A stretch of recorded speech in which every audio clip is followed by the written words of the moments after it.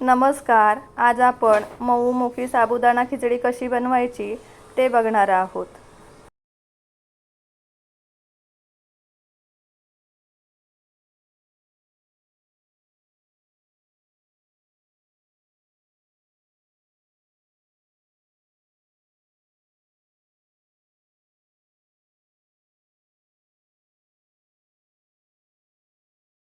खिचडी बनवण्यासाठी इथे मी 1 वाटी साबुदाणा घेतलेला आहे.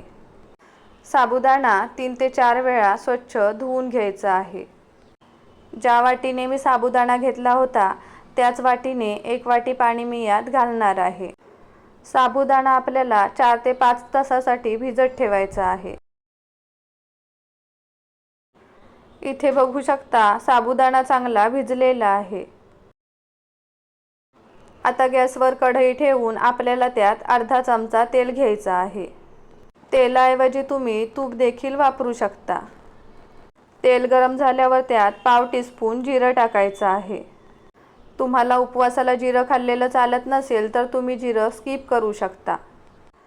आपल्याला आता यात कढीपत्ता टाकायचा आहे आणि बारीक चिरलेली 1 हिरवी मिरची टाकायची आहे.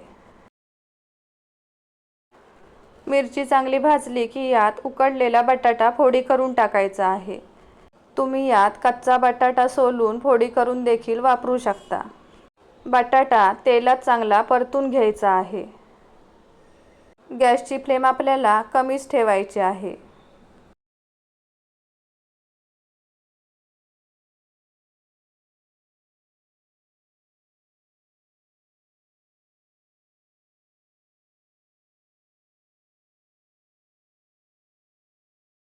बटाटा तेलात चांगला परतून झाला की आपल्याला यात शेंगदाण्याचं कूट टाकायचं आहे.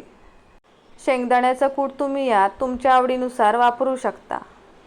शेंगदाण्याचं कूट आपल्याला 1-2 मिनिटांसाठी मंद आचेवर परतत राहायचं आहे.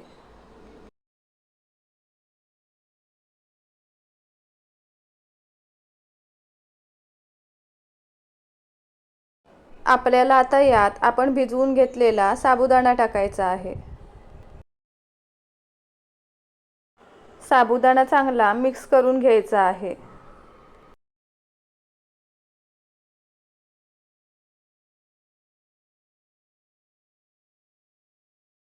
आता आपल्याला यात चवीनुसार मीठ आणि लिंबाचा रस टाकायचा आहे. इथे मी पाव लिंबाचा रस टाकणार आहे. लिंबाचा रस टाकल्यामुळे खिचडी मऊ मोकळी होते आणि खिचडीला मस्त आंबट गोड अशी चव येते. आता आपल्याला खिचडी पुन्हा एकदा मिक्स करून घ्यायची आहे. खिचडी चांगली मिक्स करून झाल्यावर 1 ते 2 मिनिटांसाठी खिचडीवर झाकण ठेवून खिचडी मंद गॅसवर ठेवायची आहे. 1-2 मिनिटांनंतर खिचडीमध्ये आवडीनुसार साखर टाकायची आहे. तुम्हाला जर खिचडीमध्ये साखर आवडत नसेल तर साखर नाही टाकलात तरीही चालेल. साखर टाकून झाल्यावर खिचडी 2 ते 3 मिनिटांसाठी मंद गॅसवर झाकून ठेवायची आहे.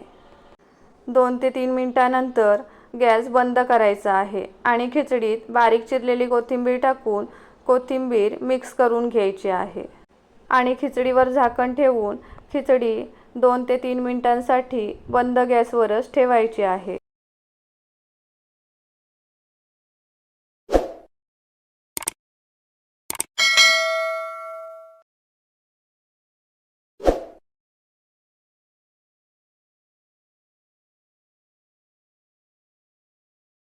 इथे तुम्ही बघू शकता आपली मऊ मोकळी साबुदाणा खिचडी बनवून तयार आहे.